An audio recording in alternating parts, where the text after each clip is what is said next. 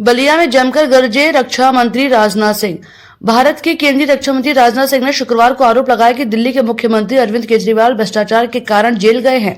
उन्होंने अन्ना साहब हजारे को धोखा दिया, ये बस 3 दिन के लिए बाहर आए हैं, फिर 1 जून को जेल चले जाएंगे। उन्होंने दावा किया कि सामान्य नागरिक संहिता को हम लागू करेंगे, ये हमारा कमिटमेंट है। बलिया पहुंचे रक्षा मंत्री राजनाथ सिंह ने जिले के सिकंदरपुर स्थित एक इंटर कॉलेज में मैदान में सलीमपुर लोकसभा से भाजपा के प्रत्याशी रविंद्र कुशवाहा के समर्थन में जनसभा संबोधित की।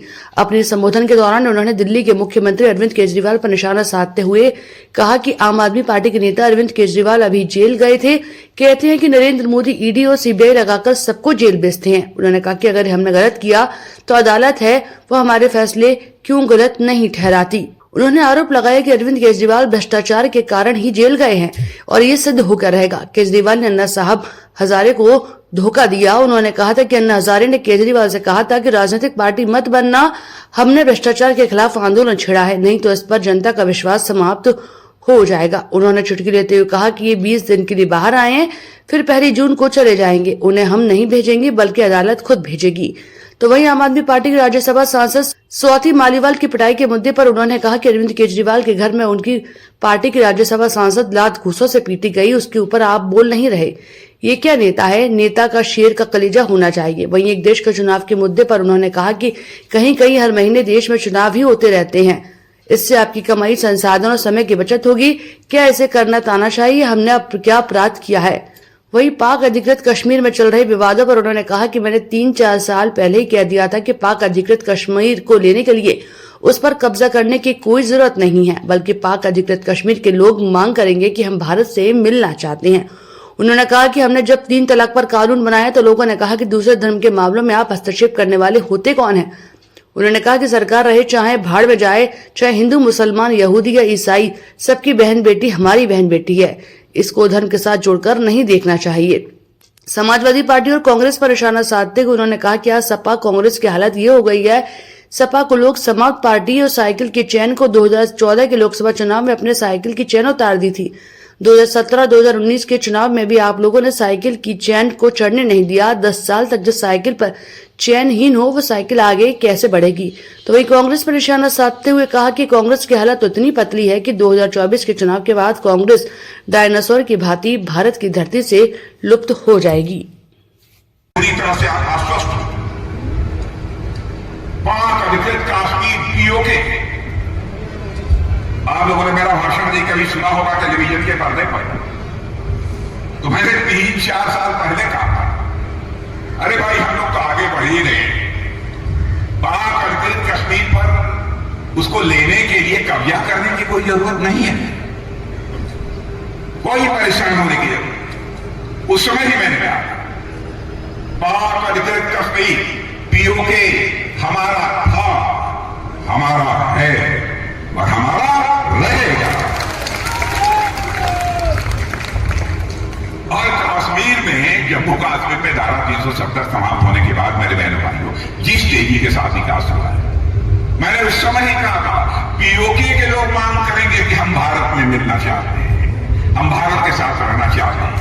और आपने टेलीविजन के पर्दे पर कुछ दिनोदिनों पहले, कुछ महीनों पहले देख लिया होगा, पीओके के लोग यह मांग कर रहे हैं हम भारत के साथ रहना चाहते हैं। वह दिन आ गया है, इसका भी श्रेय हमारे प्रधानमंत्री को दिया जाना चाहिए। नागरिकता का काम, अरे गलतफहमी पैदा करते हैं कि भारतीय तरवारी वाले नागरिकता कानून लाए, मुसलमानों को भगा देंगे, ईसाइयों को भगा देंगे, यहूदियों को भगा देंगे, उनकी नागरिकता समाप्त कर देंगे। बहनों भाइयों, यह बिल प्रधानमंत्री मोदी जी के मार्गदर्शन में जब मैं भारत का गृह मंत्री था, मैंने लिया, लोकसभा में पास भी हुआ, राज्यसभा में बहुमत न होने के कारण पास नहीं हो पाया। बाद में हमारे छोटे भाई अमित शाह जी आए, गृह मंत्री बने, उन्होंने फिर पास कराया। जो भारत धन दौलत के मामले में 2014 में दुनिया के देशों में 11वें स्थान पर खड़ा था, 7 वर्षों के अंदर ही जंप लेकर आज दुनिया के देशों में 5वें स्थान पर आकर खड़ा हुआ। मॉर्गन स्टैनली धन दौलत के मामले में सारी दुनिया की बराबर समीक्षा करते रहते हैं कि इस देश की हालत क्या है, किसमें कितने गरीब हैं, किसमें क्या हो रहा है। यह सब सारी चीजों की बराबर वो चर्चा करते हैं और उस पर अपनी रिपोर्ट देते रहते हैं। मॉर्गन स्टैनली ने अपनी रिपोर्ट में कहा है, अरे भाई, दुनिया में सर्वाधिक तेजी से आगे बढ़ने वाली अर्थव्यवस्था यदि किसी देश की है तो भारत की। और भारत यदि ऐसे ही आगे बढ़ता रहा तो आज दुनिया के देशों में भारत जो 5वें स्थान पर खड़ा है, 2.5-3 साल के बाद 2027 आते आते यही भारत दुनिया के देशों में 3रे स्थान पर खड़ा हो जाएगा। यानी एक अमेरिका होगा, दूसरा चीन होगा, उसके बाद यदि किसी देश का नाम होगा बहनों भाइयों तो भारत का। इतना ही नहीं, इतने पर ही हमको संतोष नहीं है। आप ये मत समझिए कि हम लोगों ने संतोष कर लिया, नहीं। हम भारत को विश्व की मानने वाले सांसदों की या नीति निदेशक सिद्धांत के जो प्रमुख बिंदु हैं, इन पर वह काम करें, उसे लागू करें। मैं आपसे पूछना चाहता हूं और आपकी आवाज मैं चाहूंगा मेरे बहने भाइयों, क्या हमारे संविधान निर्माताओं ने जो कुछ भी कहा था उसे हमें करना चाहिए कि नहीं करना चाहिए? मैं आपसे पूछना चाहता हूं। लेकिन इस सपा और कांग्रेस जो मानता है मनमाने आरोप भारतीय जनता पार्टी के ऊपर लगाने की जरूरत करते हैं। इसीलिए आज इनकी हालत यह हो गई है कि सपा को लोग कहने लगे हैं समाप्त पार्टी।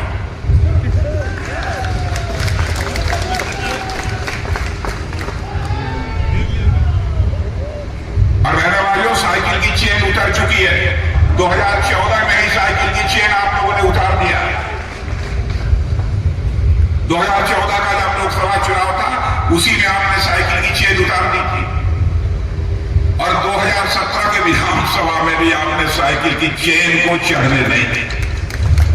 2022 का चुनाव हुआ, उसमें भी 2019 का चुनाव हुआ, फिर भी आपने साइकिल की चेन को चढ़ने नहीं दी। 2022 का विधानसभा का चुनाव हुआ, उसमें भी आपने नहीं चढ़े। अब बहनों भाइयों, 10 साल तक जिस साइकिल पर चेन हो ही न हो वो साइकिल आगे कैसे बढ़े? और कांग्रेस की हालत तो कितनी पक्की हो गई है कि 2024 के चुनाव के बाद यदि हमारे 10 साल बाद नौजवानों से पूछेंगे कांग्रेस, तो आप पूछेंगे कौन कांग्रेस? जैसे विश्व की धरती से डायनासोर लुप्त हो गए, मुझे लगता है भारत की धरती से अब कांग्रेस भी लुप्त हो गई।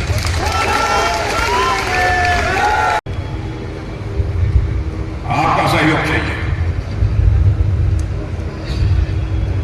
और मेरा विश्वास है कि आप सभी का सहयोग हम लोगों को प्राप्त होगा। अब देखिए, छोटी सी आपने देखा होगा कि कब चुनाव हुआ था विधानसभा का? 2022 में, लोकसभा का चुनाव 2019 में हुआ, उसके पहले विधानसभा 2017 में हुआ। कहीं कहीं हर महीने चुनाव ही देश में होते रहे। हम लोगों ने फैसला किया कि वह सिलसिला बंद होना चाहिए। रोज का रोज चुनाव।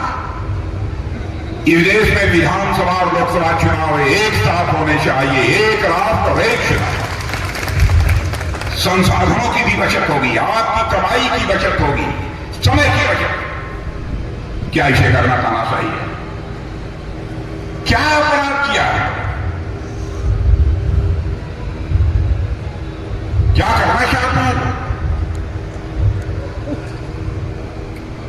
समाजवादी पार्टी का इंडी अलायंस, अरे बने भाइयों, इंडी अलायंस सुने नहीं हो।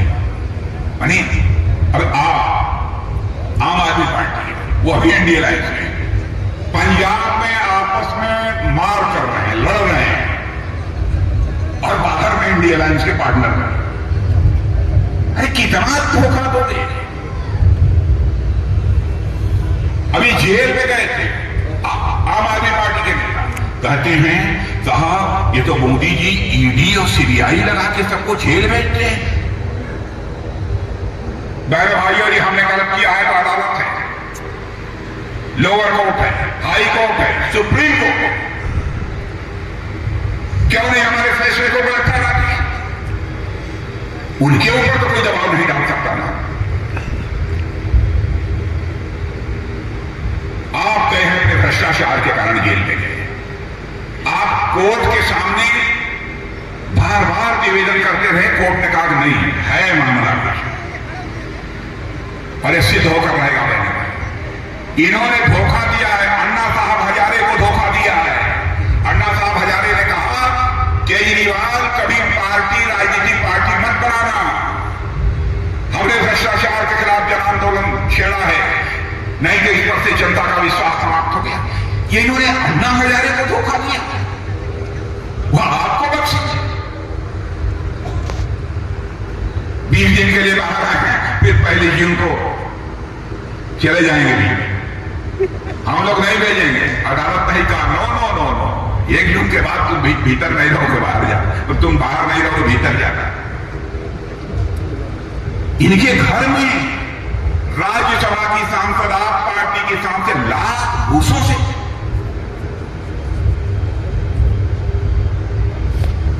उसके ऊपर आक्रमण किया गया, और उस पर आप बोल रहे हैं क्या नेता है?